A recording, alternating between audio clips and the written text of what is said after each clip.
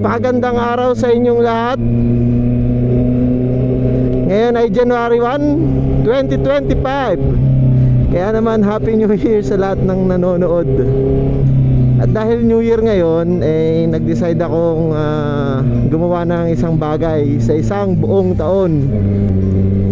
Isa sa mga gagawin ko ay mag-share ng mga natututunan ko tuwing gabi sa aking pagbabasa ng Biblia.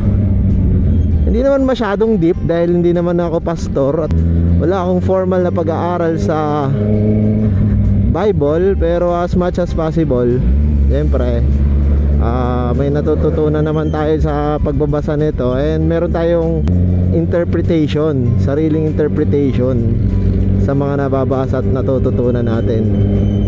So ayun, starting January 1, samahan nyo ako. Starting today actually, mag-share ako ng mga natututunan ko sa aking pagbabasa every night. Yan. So umpisa natin sa kagabi. Ito ay mga practical lang naman na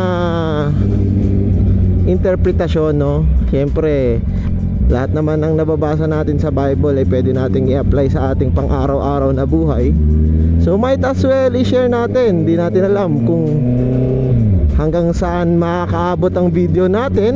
Malay nyo may matulungan tayong tao or maka-inspire tayo ng ibang tao. But yun, the goal is to spread the word and yun, ma-share yung mga learnings na nababasa ko tuwing gabi. Alright. So nag-start na ako kagabi for January 1. Actually kaninang madaling araw, no, pagpasok ng bagong taon.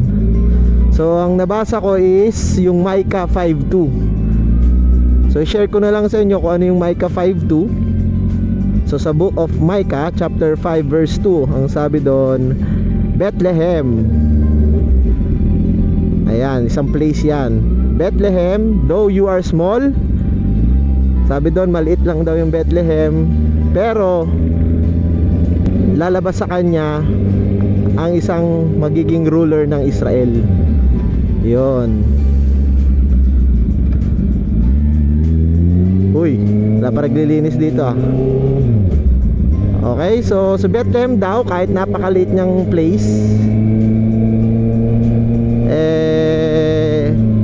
isang ruler daw ang lalabas sa kanya, ruler ng Israel. Ayan.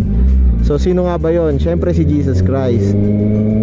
Alam naman natin na 'di ba, si Jesus Christ pinanganak sa Bethlehem. Pinanganak siya sa sabsaban.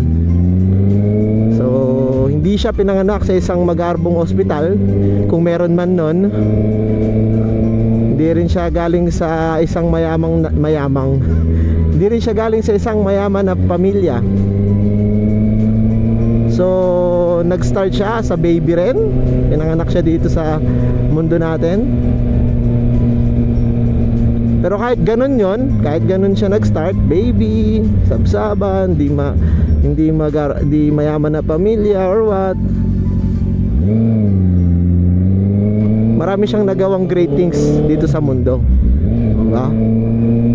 So parang tayo lang din yan. So diba, parang marami sa atin, feeling natin napakasimple lang ng buhay natin, na yung iba pinanganak ng mahirap, ayan, iba pinanganak ng may kapansanan. Pero kahit ganun pa man, kahit anong man sitwasyon natin sa buhay, hindi ibig sabihin nun ay limited na tayo sa paggawa ng mga bagay-bagay, no? I mean, yung iba limited, pero syempre we are still destined to do great things, diba? Marami dyan may kapansanan, pero grabe sila maka-inspire ng mga tao, diba? Yung iba mahirap, nag-iiba ang buhay nila, no? So tulad ni Jesus Christ, no, parang kahit ganun tayo kasimpleng tao, kahit anumang ugat natin, kahit saan man tayo nagsimula, we are destined to do great things in life, no? So para sa mga taong nawawalan ng pag-asa o ang tingin nila sobrang insignificant sila sa mundong ito o sa kahit saan mang bagay, huwag niyong kakalimutan na kaya niyong gumawa ng great things, no? Saan ba nagsisimula ang puno? Siyempre sa maliit na seed, diba? Siyempre lahat ng yan ay mangyayari kung meron tayong tiwala at pananampalataya sa Panginoon na kaya niya tayong tulungan sa lahat ng mga bagay. So ngayong bagong taon, huwag kayong mawala ng pag-asa.